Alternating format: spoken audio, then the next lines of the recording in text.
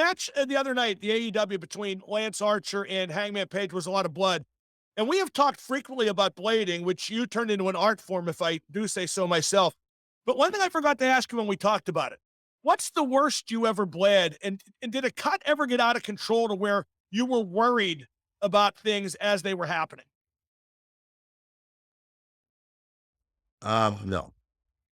You always felt like it was cool. Yeah.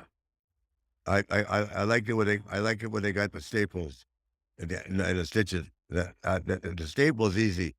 The stitches could be a pain in the ass. Really, why would the staples hurt less than the stitches? Boom, boom, boom, boom, boom. You're just done, right? It's done.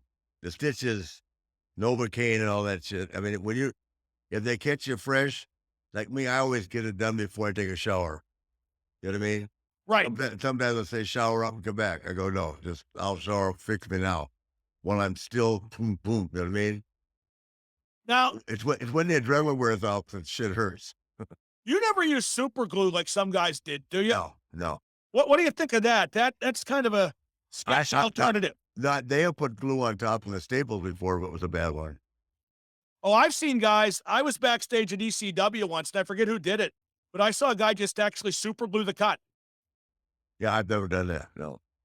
Yeah, I'm not sure I would want to. What's the most days in a row you ever bled? Because I bet it's a lot, but still your scar tissue, as we've talked about, isn't that bad. Well, I probably could say I bled every day one time, a couple times for a whole year. Really? Why wouldn't I? I mean, especially back in the time when I was doing those hour matches, I couldn't wait to get the blade out. You could get if nothing else is going on, you could always get it with a blade. Now, your white hair was made for blood. Yeah. One of my first exposures to Ric Flair, apart, I think I told you, Rick. I used to like swing it in the crowd.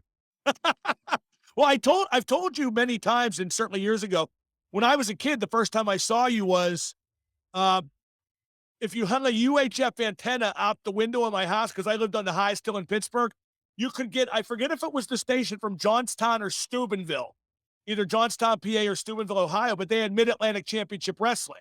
Mm-hmm. So I saw that stuff. It was on 1 a.m. right after WWF on WOR TV from New York. So that was my first exposure.